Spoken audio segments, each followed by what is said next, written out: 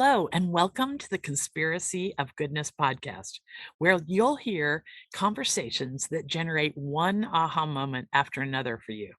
Every week, I'm talking to thought leaders around the world who are knee deep in solving some of the most important problems in our world, and still they think the future is bright for all of us. We need to see what they see. We need to know what they know about getting around obstacles and turning every setback into an opportunity. Hello, I'm Dr. Linda Ulrich, founder of Ever Widening Circles, now the Goodness Exchange.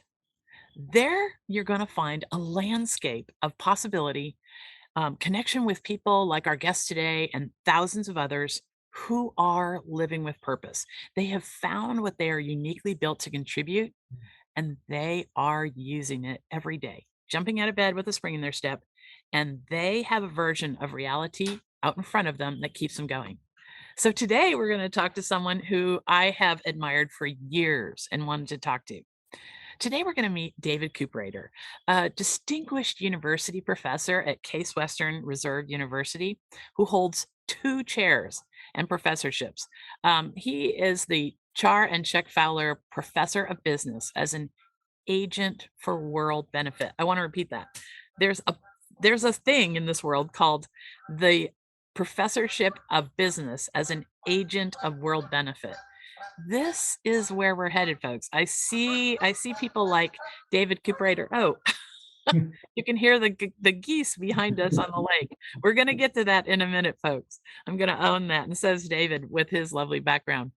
But David Cooperrider, he is a world leader in a thought process called Appreciative Inquiry that I have been singing the praises of ever since I discovered it. David is the founder and faculty director of the Fowler Center for Business as an Agent of World Change, which I mentioned. And this has been around for quite some time. And I believe our times are ripe for this way of being in the world and business innovation to take root and rise to the top. David's best known for his original theoretical articulation of this thing called the other AI. At least that's the way I'm hearing it referred to, called Appreciative Inquiry. And really, to put it fundamentally in a simple way, it's a strength inspired way of working in the world. Everything from the way you handle your teenagers based on strengths, as well as the way you handle management and leadership in a big institution, or the way you work with your work teams. So, David, welcome to the Conspiracy of Goodness podcast. I'm so delighted to have you. It's great to see you, Linda. Your energy is amazing, and thank you for inviting me. I had I could go on and on with David's with David's introduction. You know, he served as an advisor to prominent leaders, including 5 presidents, Nobel Laureates, and His Holiness the Dalai Lama, Kofi Annan, Jimmy Carter. The list goes on. So we are so fortunate to have you here with us today to connect this way of thinking to our lives, to ordinary people's lives. And so we're going to start out right out as ordinary people, David. We both have interesting backgrounds right now, which are not virtual backgrounds. You just heard some geese fly by. I'm on the family farm that I grew up on in Illinois, and you? Well, I'm up in northern Wisconsin. We have a family compound here on Spooner Lake. It's way up in northwest Wisconsin. It's just beautiful. I've been coming here all my life, all summer long, and we have about 65 Cooperriders and aunts and uncles and cousins and 9 cabins. And honestly, it's just been just a wonderful place for our children, for me as a child. The sense of family is so important. But one of my applied practices is very large group planning. Like I'll share some stories where we work with organizations and bring 500, 1,000 people together for 3 days to plan the future, the Appreciative Inquiry Summit method. But anyway, I think that's where I got interested in large groups. We'd sit in groups of 64 people and deliberate on really important things like, should we move the swing set 2 inches closer to the lake or something like that. But yes, this is where it's one of my favorite places, and this is my little writing cabin. I love this. I love that we're both coming to the world from these places that are in our hearts and that formed the way our hearts perceive the world and perceive change and learn to navigate all the different people that are involved in making change positive for everyone. Yeah, no, it's fantastic, and I really enjoyed meeting you and learning more about your this goodness exchange. I think it's really, really powerful, and it's so absolutely needed today. There is so much goodness in the world today, so I look forward to our session. Okay, so let me just kind of there is so much to talk about, David. I hope this is one of many conversations that people will find on this podcast going forward.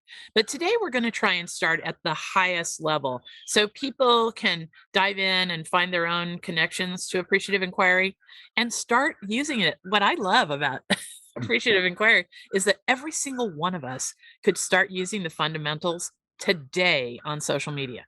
Yeah. I mean, this David comes from an academic world, and he's meeting with world leaders. But the things he talks about could apply to exactly the way we live our daily lives, our online lives. And certainly, somebody I interviewed recently, Mo Gaudat, tells us we must use this other AI to shape the future of the most the AI artificial intelligence going forward. So this is what I love about the way the world worked out. I just spoke to Mo Gaudat recently. He was former chief of business for Google X, so certainly someone who knows the future of AI. And and then here's you showing up on the scene with the way with a vision of what our culture could look like if we appreciated more. Yeah, yeah. I mean, this is and if we inquired more. I love the 2 words. Can you give us a ordinary people's definition of appreciative inquiry to start with, David? Yeah, yeah. I think the two words together is a good place to start. And I started working with appreciative inquiry in organizations, but you're right, it's being used in families and communities and cities at UN level world summits now and so on. So, I think there's three kind of big ideas or several ideas involved with appreciative inquiry. The first is that as human systems, we become what we ask questions about, what we search for, what we, like if we're in a organization, in a company, and they're doing a low morale survey to try and whip up the morale, we'd say, wait a second, is that what we really want to study? Maybe we want to study high engagement and times where people are most passionate and alive, and what does that look like, and where is it happening, and so on. So one of the principles of appreciative inquiry is that the art of the question, the way we ask questions, is incredibly important. And what appreciative inquiry is about is searching for what gives life to living systems when they are most alive and most healthy in their interconnected circles. And in more practical terms, we might call it a strength-based approach. And I remember I had an incredible conversation with Peter Drucker shortly before he passed away. Peter was 93 years old at that time. He wrote more on management thinking. He's considered the father of management thought, and wrote more on management and leadership than anybody in the world. And I said, but, and he wanted to hear all about our work with appreciative inquiry in the United States Navy, with Dalai Lama, with trucking companies, with, communities and cities. And And so his curiosity was amazing, and I couldn't hardly break in. But at one point, and I won't forget this. I said, "But Peter, you've written more on leadership and management than anybody in human history. Can you put it in a nutshell? What's the essence of leadership?" And he said, "David, it's ageless in its essence. The task of leadership is to create an alignment of strengths in ways that make a system's weaknesses irrelevant." And I wrote it down. The task of leadership is to create this alignment of strengths in ways that make a system's weaknesses irrelevant. Well, that raises the question then about, okay, where are the tools for the rapid elevation of a system's strengths and capacities? Where are the tools for creating multiplication effects, chemistry effects of strengths, working them together? Where are the tools for bringing those into your culture? And so one way to think about appreciative inquiry is a whole set of tools for doing just that. And the second kind of pillar of appreciative inquiry is working from a perspective of the power of wholeness in human systems. So as we got started working appreciative inquiry in many organizations where we'd go and do 500 interviews into the true, the good, the better, the possible, all the positive exceptions to the rule, then people wanted to come together. And so, most planning and project leadership happens in groups of 6 to 8. Well, we started doing this work in groups of 500 or 1,000 or 2,000 with United Way of America, for example. And so the second thing, and we can go into this and some of the reasons why, but it's the discovery was the the discovery was about the power of wholeness to bring out the best in a human system. So if I was working with a trucking company, we bring the dock workers, the truck drivers, the CEO, the chief financial officer. We'd bring community members. We'd bring supply chain partners. We'd bring customers. The more complete the protein, so to speak, all the universe of strengths, then something happens to consciousness, almost like when the astronauts saw the planet from a distance for a first time and could see the miracle of life on this planet. And it brings out the very, very best. And then the third kind of big idea that we can get into a little bit more is what we're learning with design thinking and designers and the way designers think. And in the appreciative inquiry 4D cycle, the third D is around design. And it's all about coming together to do our planning, whether it's a community or a faith community, a business, whatever.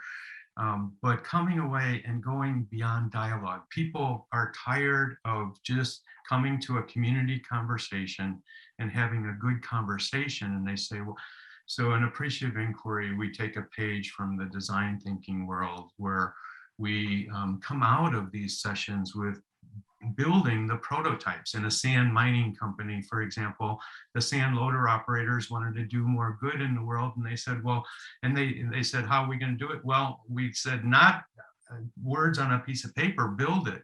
And so they built a $10 sand water filter that could be used in developing countries and clean the water of a family of 10 for many years with no moving parts.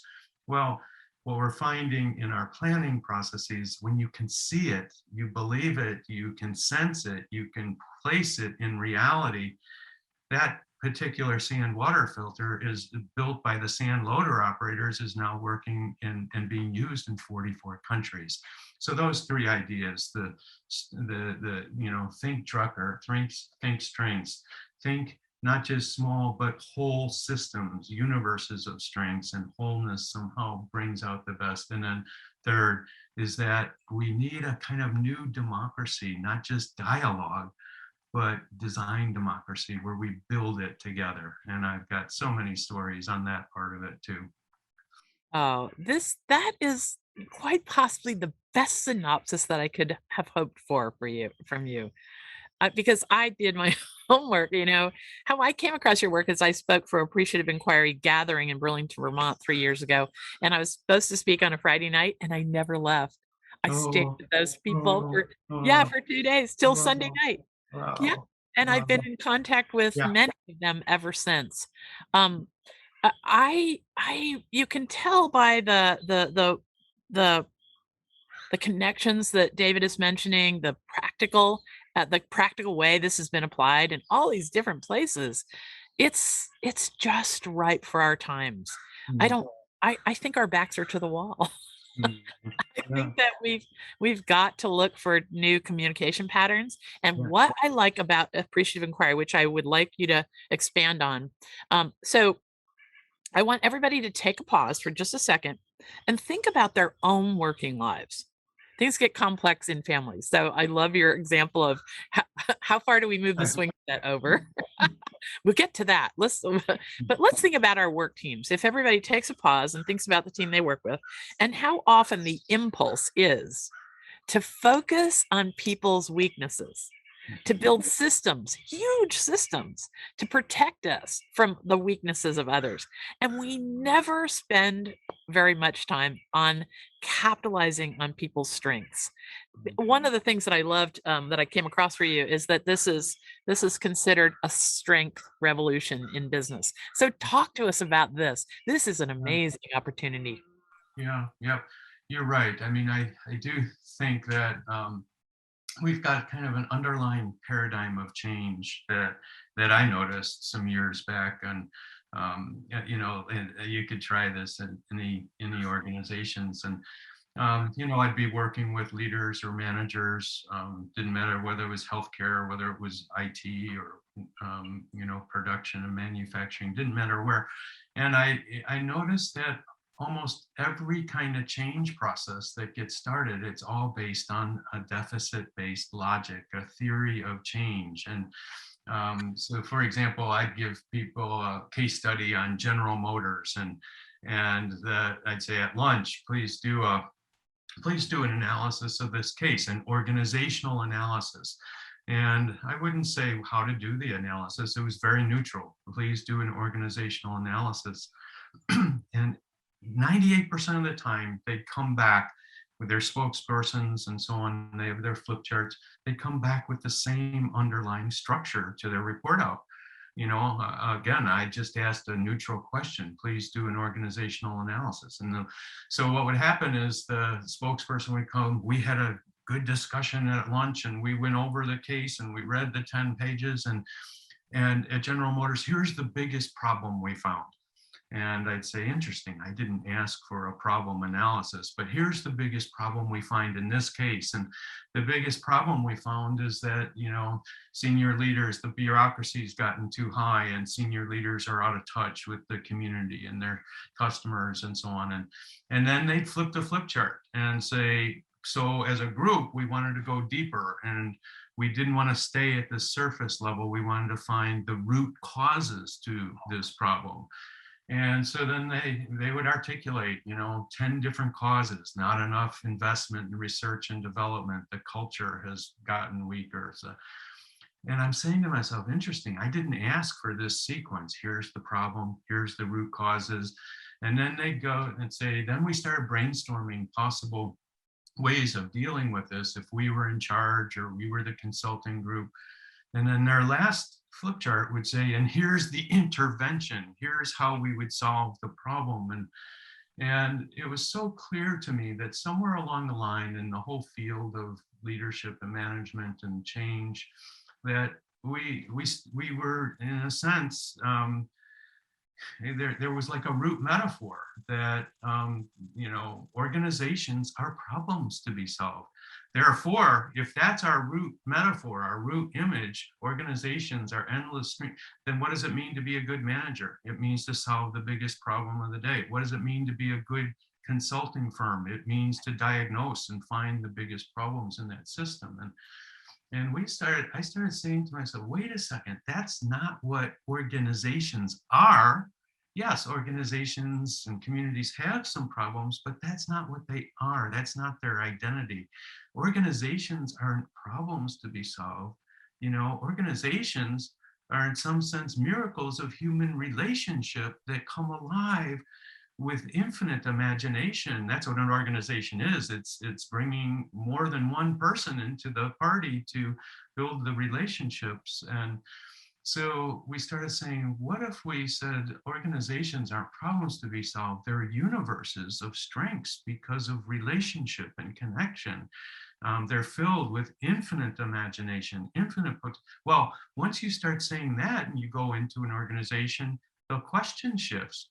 Instead of saying, what's wrong with this picture? You're starting to say, what gives life to this organization when it's most alive, most effective, and so on. So instead of studying, you could study this in any institution, you could study breakdown and between silos and divisions, but you could also study moments of improbable partnerships, improbable collaborations. And at a hotel, instead of just studying customer complaints, you could study customer delivering delight. You could say, what does that look like? Where is that happening? And what we found was that framing is so important. And the more we start to study the true, the good, the better, the possible, the more the community comes together with imagination. And so yes, it's a shift from kind of that old machine industrial age model that organizations are like a machine breaking down, ticking down, and so on, as opposed to a living system alive with infinite capacity, infinite imagination, and infinite potential. I'm not going to interrupt you. I got to own something right now because people are seeing me look away. I'm taking notes as fast as I can. Oh. Pen, pen. So if you see me looking away, I'm not working on my grocery list, that's for sure. Yeah, This yeah. is foundational stuff. If we can, if you're on a team, if you're a leader, maybe you're part of a big family. I mean, this is so important. This notion of what you just mentioned, infinite potential. Infinite potential, and it's there. We live in this universe of strengths, even if it's not just our strengths. So with a trucking company, I could connect them with Boeing, who had won the Aldrich Award at that point. And we live in this world. And so appreciative inquiry from a change perspective wants to saturate any change agenda in a theater of strengths, in a surround sound of strengths, and those capacities are there. And it's not about avoiding things. I think there's some real interesting research that is beginning to explain the power of appreciative inquiry in so many different settings. Let me just give a few concrete examples, but then get at some of the exciting research.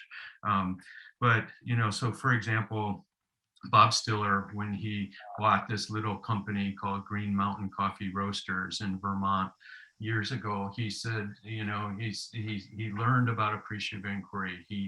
He felt like that would be the way he wants to do planning, with 500 people in the room, including the truck drivers and everybody. And Bob started using appreciative inquiry every year to bring everybody into the inner circle of strategy, the real strategic work of the company. And it was so exciting. He'd get a standing ovation every year. After 3 days, he was quiet, as he was an introvert, and he would just listen to his people, and the coffee growers. He'd bring them in from around the world. He'd bring them from Costa Rica and Nicaragua. And 10 years later, at that time when we started working with Bob, it was a small company, about 150 million in sales. 10 years later, their market value was over $24 billion. It was one of the growth stories of that decade. But more than that, they also almost single-handedly created the fair trade movement, and they won the most ethical company in the world twice in a row. That had never happened, and so on. Other examples, it was exciting when the Admiral Clark called. He was head of the Navy, the chief naval officer, and he said, do you think we could change the way we do planning in the Navy? Do you think we could have E5 sailors sitting next to 3-star admirals planning the strategic directions and priorities for the operations of the Navy. I said, absolutely. And, I've got film clips of that with like an E-5 sailor saying, gosh, it was amazing when I got the letter, the letter from Admiral Clark said, I need your brains, I need your heart in the inner circle of our strategic planning. And, that's so important because in so many organizations, the studies are showing over and over that 70 to 80% of the workforce is disengaged.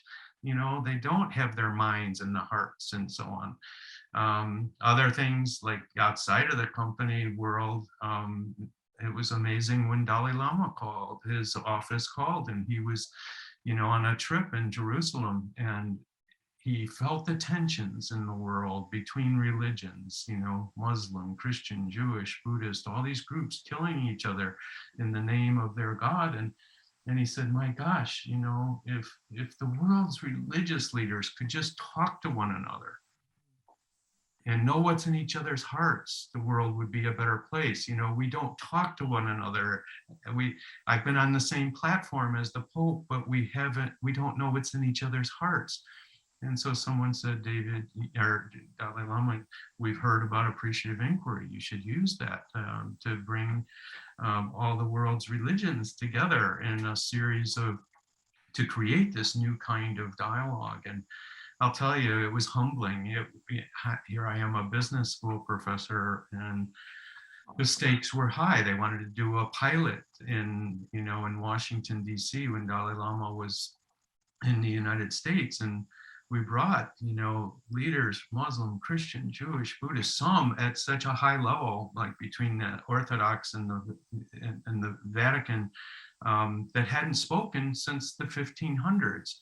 And so, we brought these groups into the room to start developing a vision of a better world and how we could come together in relationship honoring conversation as opposed to relationship canceling conversation. But anyway, today, let me just say, it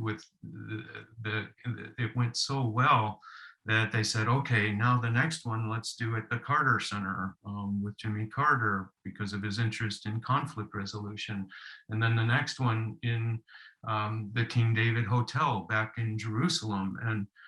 And today there are now 9,000 centers in the world doing this appreciative inquiry work to end religious violence in the world and to create cultures of peace and justice across the religions. Where this appreciative inquiry is being used all over. You can go to see, it's called URI.org, United Religions Initiative.org. It's a remarkable organization. Some people have predicted that the organization itself will win a Nobel Prize someday. Most Nobel Prizes go to an individual, not an organization. But anyway, I guess I'm sharing these real stories for a second because my sense of hope about our world goes up every time we have the courage to bring this complete whole system into the room, a trucking company, the dock worker's voice, the truck driver's voice, the customer's voice, the CEO, that whole system. And there is something about the magic of wholeness that brings out kind of just our ability to listen, our ability to hear, our ability to want to hear the story of the other, and so on. Yeah. Oh my gosh. I just have to tell you, I've just had wave after wave of Mm, goosebumps. mm. If you see me go like this, No. I'm gonna own that too, along with the writing as fast as I can. I'm gonna own doing this. This is the insight for our times right now. We've never been more in a in a good bad position Yeah. to take advantage of this way of thinking about communication. Um, so just a few things. I'm from Vermont originally. I'm here staying on the family farm, and I've been in Vermont for about 30 years, and I've watched the Green Mountain trajectory, and I can concur with how that looked as as a local with Yep. the Green they were a great part of Vermont's community growth and its Yeah, branding. That absolutely. I totally agree with that. Okay, I love this notion of deciding what we're going to give our attention to. In my work, when I do a lot of public speaking, I talk about what we give our attention to expands. That's Mm-hmm. it. Yeah, It's the same when we deal with our teenagers coming home after curfew right. versus or what we give our attention to in our business cultures, for Yeah, sure. yeah. So I gave this a test, and after I discovered you, I used Appreciative Inquiry as best I could in my own in the dental practice that my husband and I run with 12 to 17 employees. And I want you to speak to this, and then we're going to take a break. But let's get practical about what you just said in our own lives. Here's how I have experienced this, and tell me what the twist on it is. So in our own lives, as soon as I ran into Appreciative Inquiry, I organized a meeting of our dental practice, and I said, what do we want more of? We were totally and completely consumed by the tweaks we wish others would make. We have a very loving team, Right. amazing professionals who send our patients out just raving. And yet, when we were in meeting times or when we were thinking about doing better, even better yet, we focused on the negatives. So I Mm. said, okay, let's have a meeting about what do we all want more of. Yep. And there is this absolute human impulse, David. I could Yeah. not keep us on what do we want more of. We kept drifting into what do we want less of. Yeah. Okay.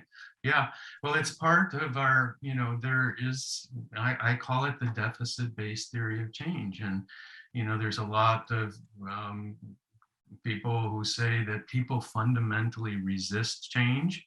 And that therefore, if in this, there was a formula for this in our field. Therefore, because people resist change, then you need to really um, you need to really lift up the dissatisfaction with the status quo, and diagnosis and so on. And what we're finding is people don't fundamentally resist change. They resist being changed, but they don't fundamentally resist change. In fact, I can remember when my first son, Daniel, was an infant, and I think it was the moment he first pulled himself up in the crib, his very first time that he stood on his feet, and he was just giggling with joy.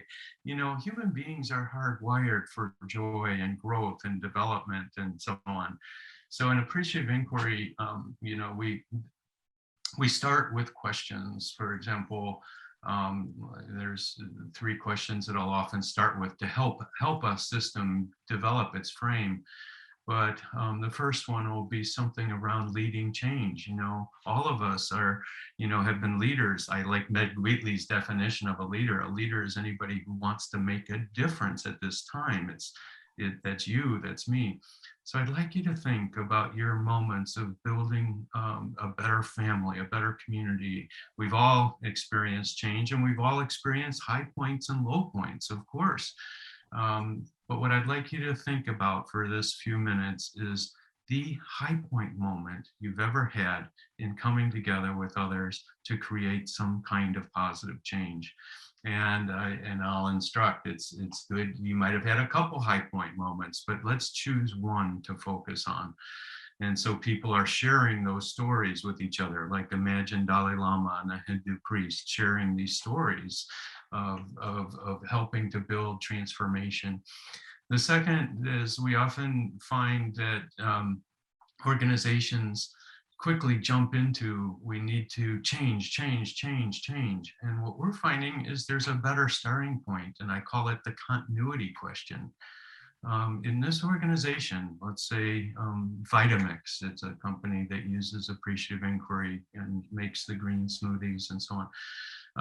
And the continuity question would be like, Vitamix has to change. Every organization has to change in the future. But no matter how much we change, what are those 3 greatest, most important qualities and strengths that no matter how much we change, you want our company to keep?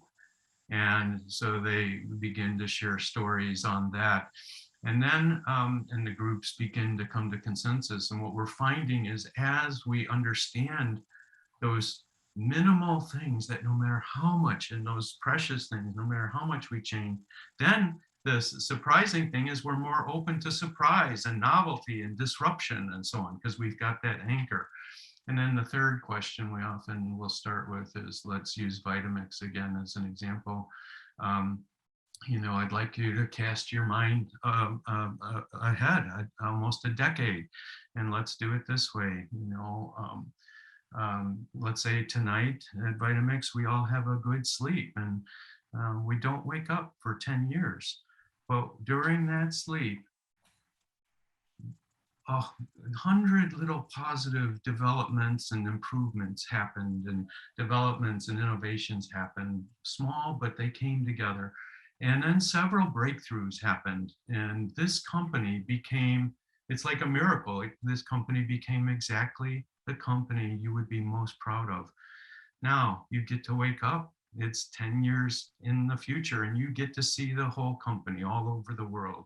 You get to see relationships in our culture. You get to see the leadership patterns and the successes we've had in our innovation in the marketplace. You get to see how society respects Vitamix.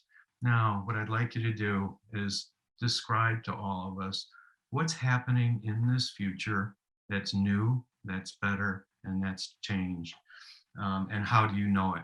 And so you bring groups together to start looking at those kinds of questions, and pretty soon you start seeing, oh my gosh, the energy in the room, just incredible, just begins to, we start saying, oh my gosh, this is when I've got my high point moment and looked at that high point moment, a time I was most alive, most effective, most engaged, most passionate, and they're sharing these stories. There's a comment in Romanian proverb, stories have wings and they fly from mountaintop to mountaintop.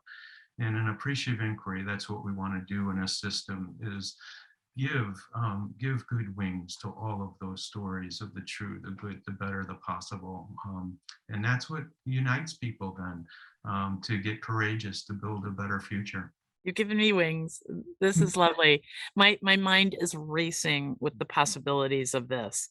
And you've given such beautiful examples of why this is so important for our times, because there's a pretty wide swing between Green Mountain Coffee and Vitamix and the sand and gravel industry. Yeah. This, you know what? I've been thinking about truth a lot lately, and how we've gotten into a world where truth is sort of a moving target. And recently, I was chatting with a great podcast guest, Anne Marie Trouter, about diversity and inclusion. And I told her one of the greatest early supporters of ever widening circles is a man named Daniel Kish. So Daniel Kish is widely known. He's been seen by about 2 billion people because he's like considered the real Batman. He has no eyes. He had his eyes removed from a kind of infant cancer. Wow. And yet he sees. Yeah. He visited me in Vermont, and so I spent a weekend with him, and he sees. Daniel can ride a bike. He makes a kind of clicking sound that's much like dolphins and bats, and his brain, the part of his brain that was devoted to sight, was transformed into this mapping sort of, I would like to say, brain technology, where he can make a clicking sound and the sound echoes back and creates a map of the world around him. Wow. And the reason why I bring him up in this conversation and did in Anne's is because, I talked to Daniel about race. So Daniel doesn't know what blue is, what pink is, what black is. Color is not a notion that he understands, because it's just not anything that he's ever been exposed to. And so race for him is, the actual idea of race is not a thing. Now, racism, he can see racism all around him. He can see it in application all around him, but race itself isn't a thing. And sometimes I think about this in the way we work with others. We sort of tell ourselves a story that they're having the same experience we are, Yeah. but we're not having the same experience. Right. We don't even, and this is what I loved about appreciative inquiry. You don't have to have the same experience Right. or Right. be thinking the same way Right. to make forward progress. Yeah. Yeah. Talk about how, because this is a big word in our times, talk about how this move towards really recognizing the strength in Yeah. diversity and inclusion Yeah. factors into appreciative inquiry. Yeah. But let me just use an example from the Dalai Lama case. Before we assembled, this was the first one in Washington, and people are coming from all over the world: Muslim, Christian, Jewish, Buddhist, all the different groups, Hindu. And I can remember the tensions in the room were just huge.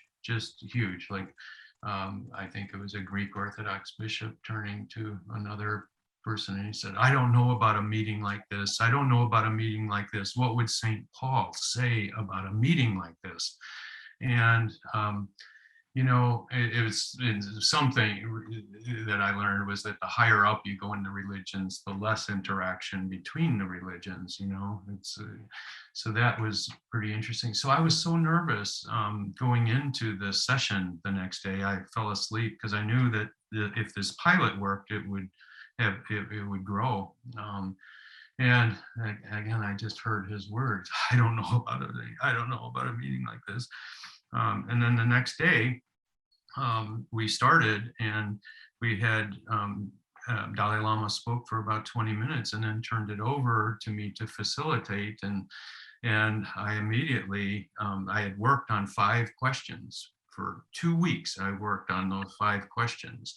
And I had pairs and diverse pairs. And so this Greek Orthodox bishop was sitting next to His Holiness Swami Chinananda, beautiful, 80-year-old priest from India, beard and just incredible. But he had never had a conversation like this, between his Greek Orthodox Church and the Hindu. And I started the room was abuzz with the interviews, and I probably only needed one question. But then I was thinking, how do I have everybody introduce themselves? And I thought, no, I'm not going to have them introduce themselves. I'll have their partners introduce them. Because everybody has their own tape, and this would be building the relationships. Well, anyway, the first person I called on was the Greek Orthodox bishop, and he stood up, and he was still nervous. He said, "I don't know." He said, "I don't know," and then he broke into this huge smile with tears, and he said, "I love this man. I love this man. This man has a good heart." And later, I wrote a paper called "The Surprise of Friendship," because what these leaders across the religions needed, they didn't need to come together to solve the earth's problems and to eradicate poverty. What they needed was a way to have center-to-center union with the deepest and best in their own wisdom traditions and life experiences. So yes, you're absolutely right. And the only way in those diverse contexts the only way is to hear the other story. So my first question that I worked on a lot for that one was something around life purpose, because again, human systems become what they study. So I thought life purpose would be an important thing to get off. I could have asked questions about, draw a picture of the greatest interfaith conflicts, the most horrendous religious wars, the most, I could have done that. Or I could have chickened out and just asked a little icebreaker, like tell a story of your first kitten or pet dog. No, these people are very, serious. And so with appreciative inquiry, it's substantive. And I really wanted us to learn about this. So the first question was, Obviously for all of us, one of our core tasks in life is to discover our life purpose and to live it to the very best of our ability. I'd like you to think back along your life when clarity of life purpose began to emerge for you. It might have been a mystical experience. It might have been a mentor. It might have been a powerful experience in your community, a trauma, whatever. But I'd like you to share when clarity of life purpose began to happen for you. So you can imagine this interfaith group sharing that. And then this follow-up question was, now with that story told, what do you sense you're supposed to do with the rest of your life? If that was the only question I had asked, that would have been enough for that diverse group to come together and begin to make center to center contact and union. You know what that means? Goosebumps. It's so it feels like doors and windows are opening in my mind. And with every story you tell, those openings get larger and larger. I'm not sure on this recording if you saw that, but did you just see something almost? I'm sitting under a bunch of walnut trees. Maybe we can Oh, think of a great analogy here, okay. David. Above me is a wonderful canopy of walnut trees, and one just about dinged me this now. So if you Yeah. see me leap to the side, I'm Yeah. determined to stay Yeah. on this deck and Yeah. finish this conversation. But if you see me leap to the side, or if I get beaten by one and fall over, um, so okay, I'm sure there's a wonderful analogy to that in the Appreciative Inquiry story. We can leave this part in or take it out, but There I'm is gonna. an analogy there. Okay, well, tell me. One of my colleagues, he was a former student, a professor now at George Mason University. He wrote a book called Appreciative Intelligence. And the metaphor he uses is the ability to kind of look at the acorn and see the mighty oak. And some people have that ability in everywhere they go. Some of the greatest entrepreneurs, they can see the seed, they can see, but they can instantly see the mighty oak, and that's an intelligence that can be developed in the way we see our children and so on. So yeah. All right. Well, all around me are things like this. I've Yeah. Yeah. thousands and thousands of hickory nuts, and this is what would bing me on the head. And I think you're right. There's something about sitting here in the presence of all this potential, because Yeah. that's what every one of these is. Yeah. Yeah.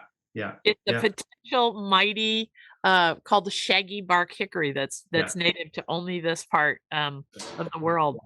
Yeah. So we're gonna leave that little analogy in there and let people sit on this, because that is how we can see our children. That is Yeah. how we can see our coworkers. Yeah. Yeah. Yeah. See the Yeah. seed and see the mighty oak that we might nurture in others. That makes for a beautiful world. Yeah, there's a woman, I think her name was Adler, maybe Leah Adler. And this story is amazing. She had a child who was, constantly moving on, couldn't concentrate, couldn't, get anything done in school, and he was getting a bad reputation. And and she tried to notice when he seemed to come alive, and she noticed that, well, like just as an example of the reputation he was getting, he'd maybe be hired to paint the garage of their neighbors, and he'd paint about a third of it, and then it's done, and he'd leave it and never finish. And he was diagnosed with some things, I don't remember what, but anyway, as the story goes, she started to notice that he loved, that she bought him a good camera, and he started taking pictures, and she noticed his time was just, he expanded his time, his concentration, his joy, and so on. And then then she noticed some other things, and so she got him a video camera, and he, again, more deep in concentration, he started using. And one day she was out and she came in, and he had taken a can of cherries, and he was boiling it on the table, and she came in at exactly the moment that it exploded, and he was with his camera taking a picture of this explosion. Well, this is the Steven Spielberg story. So this was, and Stephen talks about his mother as the capability to see things in him that no one else could see. And that's what appreciative intelligence is about. I know as a father, I would travel a lot when our children were small. I'd be in India for 3 weeks or whatever, and I'd come back and say to myself, David, wake up your appreciative eye. Your daughter Hannah is different than she was 3 weeks ago or a month ago. There's something new stirring in her soul. There's new qualities. There's new things that she wants her father to see. And so you can deliberately wake up the appreciative eye. Okay, and that's what we want to do in the next segment of our chat. We're going to take a quick break and we're going to come back, and I'm going to have you give us some tips on waking up our appreciative eye. Let's take a break. Hello, I'm Dr. Linda Ulrich, founder of Ever Widening Circles and the podcast you're listening to now, the Conspiracy of Goodness podcast. And I have a question and an answer for you. Have you been hoping the world is actually a lot better than what you see on the news and social media? Well, it is. In fact, it's radically better. There is an enormous wave of goodness and progress well underway in the world that almost no one knows about yet. But on December 1st, 2021, all that changes with the launch of the Goodness Exchange, a digital landscape where you will see that the world is full of goodness and progress, and we will introduce you to the people making it that way. Bottom line, someone is solving every vexing problem in the world, large and small. And the Goodness Exchange is where people are coming together to amplify a future that includes all that. No one with good intention and good ideas need feel alone again. Here's what you'll find at the Goodness Exchange. There will be articles about the most amazing things going on in the world that are going uncelebrated. There'll be interviews and events that will send your mind and heart soaring again. And a social media platform dedicated to a culture of kindness, insight, and celebration, a way of amplifying a brighter future for us all. And that social media platform is a place where organizations doing good in the world will not have to hold their nose anymore. It can be a trustworthy, respectable place for organizations to host their groups and gatherings and connect with each other. A network of positive networks, if you will. The Goodness Exchange will be a place to find mini courses and master classes for personal and professional development. And eventually there'll be a jobs board. And we have a children's website already all teed up. The thread running through it all is that goodness and progress is everywhere. And we will help people cultivate what they are uniquely built to contribute to this future for us all. Now, imagine a website with no ads, no games, and no agenda. Just a simple and powerful vision of combining our collective strengths to create a future we can all celebrate. The Goodness Exchange will open a new era for us all as individuals, because you're going to find stuff that make your life better instantaneously, and as a collective, because we all want a better future for our children. Who knows what's possible if there was a place on the internet that brought out our best impulses and our collective genius. Join us after December 1st at the Goodness Exchange and start living with less fear, more joy as an individual and as a collective future for humanity. Thanks. Now we're back to the interview. We're back. So, David, I know there's an enormous global community built around your work, and I want people to connect with it at any level that seems logical for their part in a purpose-driven life. That's what we talk a lot about at the Goodness Exchange. Is the storytelling that you're doing is so much in line with all the content we've created for 10 years. We tell the stories of people who have found what they're uniquely built to contribute, their purpose. And I want people to connect wherever seems the best fit with all kinds of places in the world of the work you're doing. And I know you've got a lot of places for that. So tell us all about the different aspects of books and events and all kinds of things where people can do. What can people do next? Yeah, but let me just say, I think one of the most hopeful and biggest trends in the world that doesn't get talked about enough is the big shift in the whole of the human sciences. So in the year 2000, Marty Seligman at University of Pennsylvania noticed that in the human sciences, we've been so focused on human deficit. You know, he did an analysis of 44,000 journal articles, and 98% of them were on what's wrong with the human being, you know, anger, fear, depression, codependency, and so on. 98%. And he said, well, wait a second, what about a science of human flourishing? What about a science of human goodness? What about a science? And so the whole positive, the positive, I call it a revolution in the human sciences. It's the positive psychology movement, and now much more than that. But a couple of things from that. I don't know if you've read the work of Barbara Fredrickson, but it's life-changing, and she's one of the greatest scientists in the whole field. And she won the highest monetary prize in the history of psychology for her work on. And basically, psychology up to that point was studying emotions, but it was emotions like anger and fear. And she said, what good are positive emotions in our lives, like hope, inspiration, joy, and so on? And so, you know, for people who want some practical stuff, she's taken all the laboratory studies on this. And three things happen as we cultivate more hope and inspiration and joy in our lives. The first is we're literally more intelligent. We make better decisions. If we're physicians, we do better work with our patients and so on. We're actually more creative. And the second thing is that positive emotions actually reverses past patterns of negativity. So if we grew up in a home, let's say it was a home with a lot of anger and, you know, maybe alcoholism or whatever, and it was, you know, that stuff gets recorded in our bodies and in our brains and our neuron systems. Well, she's found that, yeah, you can go back into your history and try and change it, or you can more instantly jump into a life of more relationships with more hope, inspiration, and joy. And physiologically, it's shown that it reverses heart disease. It actually begins to unwire that past wiring.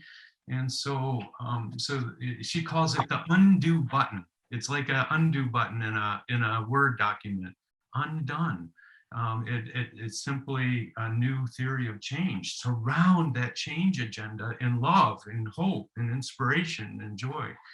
And then the third she's finding is resilience and bounce back capacity. For example, in marriages, well, this was important too. Her findings show that it's about a 3 to 5 to 1 ratio of positive and negative emotions in healthy relationships. So it's not like avoiding, it's not like 5 to 0. You know, you don't avoid the problems and the negative, well, but the ratio is important. And I'm saying that because we see this in these Appreciative Inquiry summits. We see a ratio of about 4 or 5 to 1 in the positive direction. And again, that doesn't mean that we're not looking at some of the big economic problems in Cleveland or whatever, but it means creating a context where we're working from at least a 5 to 1 ratio. So for people who want to learn this stuff and listen to their own inner dialogue, like listen to your own inner dialogue. You know, I'm a good person, I'm a bad person. What's that ratio? There's a lot of science behind this. So that whole community, the whole International Positive Psychology Association, the World Congress in Positive Psychology, and we have programs like our program and the master's program in positive organization development at Case Western that teaches this. So there's all kinds of resources there that's growing.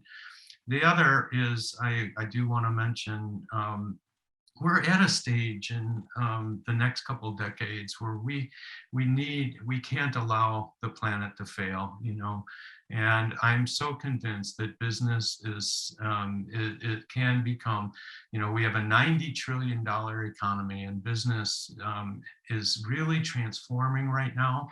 I got my feet wet in this because of my interest in positive institutions, but a few years back, Kofi Annan, when he was Secretary General of the United Nations, saw that business could be one of the most creative forces on the planet. He held a summit, and he called on Appreciative Inquiry, and it was beyond my capabilities. I was so nervous just to even speak at that meeting with 1,000 CEOs, but I got an inside view on business as a force for peace in high conflict zones, business as a force for eradicating extreme poverty, business as a force for building this transition to a bright green energy system, and so on.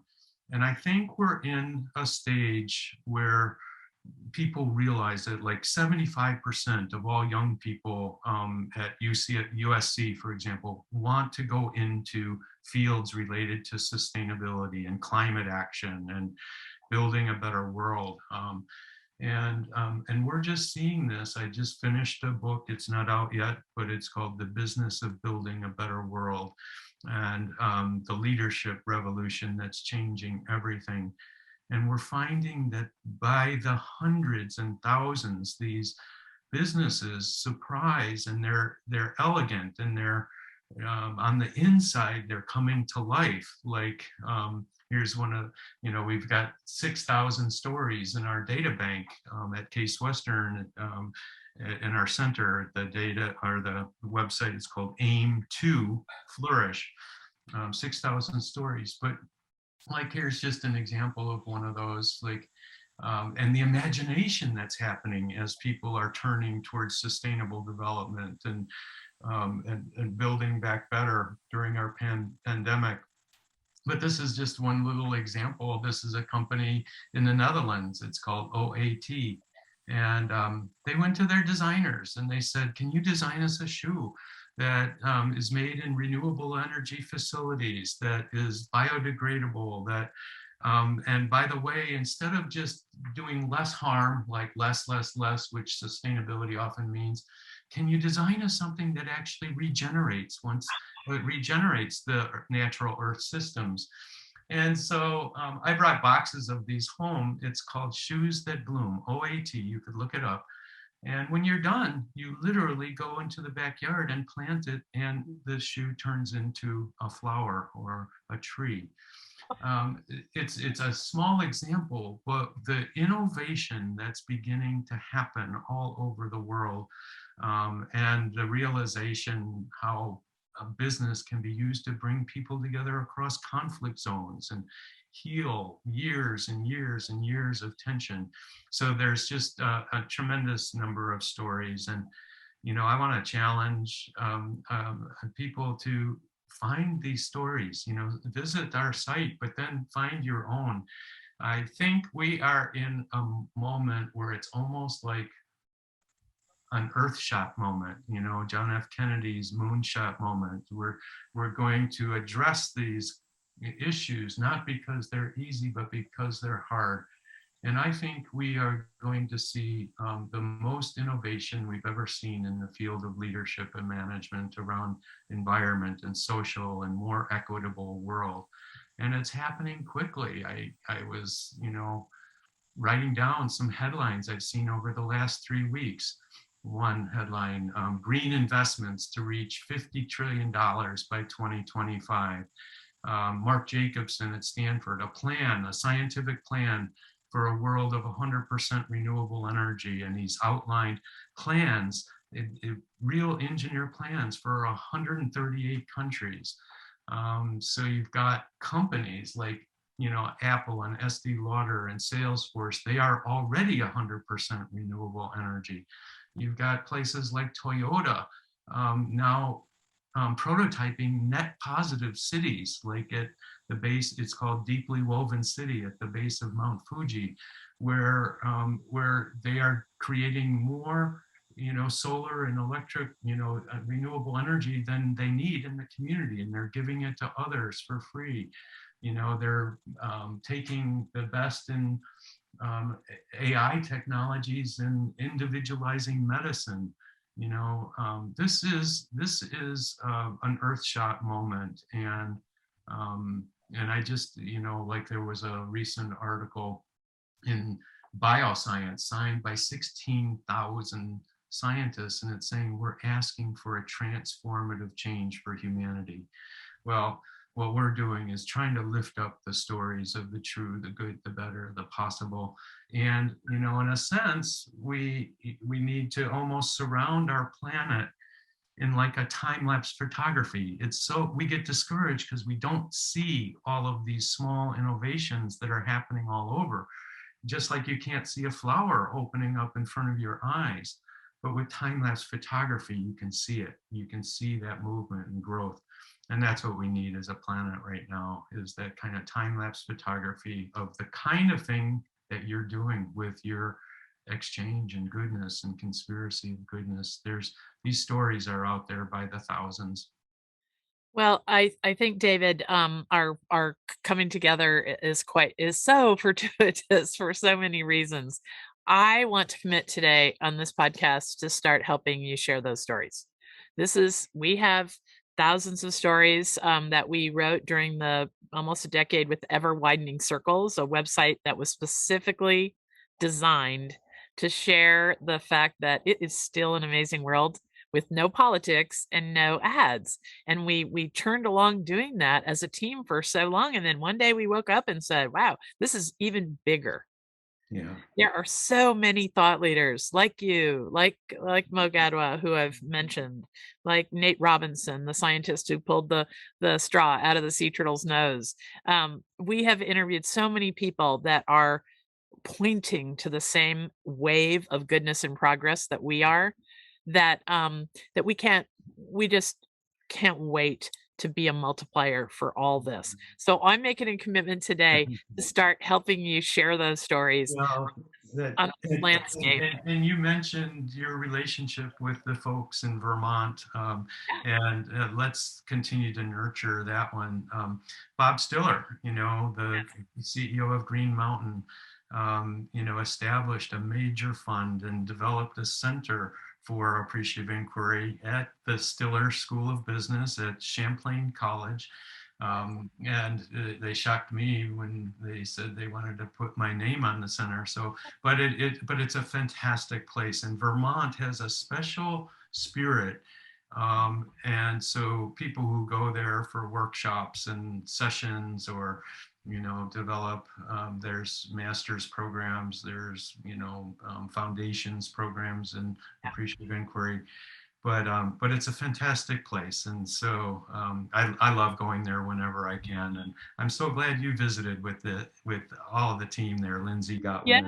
Yes, I've had tea with Lindsay Godwin a few times, and again, I've known from the first moment I met the whole concept of appreciative inquiry, that there would come a time when it could be the next step for many of us to open a new era, and I think we're there. The goodness exchange is so behind what you're doing. We're a participatory landscape where exactly ideas like we're talking about today can flourish, and anybody who hears this conversation and it has piqued their curiosity or sent their heart soaring with possibility, I want you to connect with us all there, because we can change the future. We can be kinder than we need to be. We can learn from each other. We can stand on a position of strength. And I guess you've helped me to even expand the definition of the goodness exchange, David. That's fundamentally what we're trying to do, is point to all the strength and possibility in the world and elevate that to the top of our online lives. So thank you so much for this conversation. David, really quick, do you have some place where people can immediately go and then open up into this world of appreciative inquiry and find their place there? Yeah. Well, there's a wonderful resource that Lindsay got when she's the professor. She heads up the center there, and it's called the Appreciative Inquiry Commons, and it's a website where thousands of people from around the world share all their PowerPoints, share all their articles, share dissertations, share case stories, and so on. So that's a place I would start. It's called the Appreciative Inquiry Commons, and it's housed at Champlain College and is created with Case Western Reserve University, and it's a wonderful resource bank. And then there's the World Conference on Appreciative Inquiry that happens every couple years, and again, you can contact the people, Jessica Blackman, the head of the center, and Lindsay Godwin at the center at Champlain, the Cooperrider Center. Okay, we are going to put all these connections in the show notes below, and we will launch this interview out there in the world and see how many people feel like something has landed in front of them that can help them find what they're uniquely built to contribute. I think that's the path here. Yeah, and that's part of my joy, is at the individual level. I can remember not too long ago, president of one of the regions of one of the big telecommunications companies came up, and after a workshop on this, he said, oh my gosh, this has implications for everything we do as a business, every single thing that we do, from mergers to culture to this or that. And then there was a long pause in his voice. He said, but I only wished I'd heard these ideas when I was raising my children. So There's that, and then there's that. What our shared humanity points to is that we are shaping the next generation in our businesses, in our families, in in our family compounds, in our family farms. Yeah. We are shaping the next generation, and I feel like with the kind of energy that you and I are pointing to, we're gonna bring this thing around. I really feel excited about that. So, so appreciative inquiry is something I would recommend everyone look into. At the Goodness Exchange, we're talking about we're shining a light on stories like I'm going to completely expand into David's network on this. But we're helping people recognize where they are in this journey to find their unique purpose, whether it's the searching phase, the learning, the community phase where you go to seek others, or the building. And I just got to say, I have never been exposed to a community as positive and up and elevating as every single human being I've ever found who's attached to. So if you're in somewhere in that journey, and that's the way we pose it at the Goodness Exchange, as a journey, and we're trying to help people at any of those the fourth phases building, the the community of appreciative inquiry, if you're at that level where you really need to feel like you can elevate a group and be part of a rising tide that rises that brings up all the boats in the harbor. The Yeah, appreciative inquiry community is that place. I love that. So thank you, David. Remember to check out the Conspiracy of Goodness Network. May find a way to that's a social media platform we've only soft launched at this stage, that we may find a way to introduce some appreciative inquiry rules of the road kind of culture aspects into as we grow that social media network. Check that out. As always, dive into the articles that you find at the top and the podcasts at the Goodness Exchange.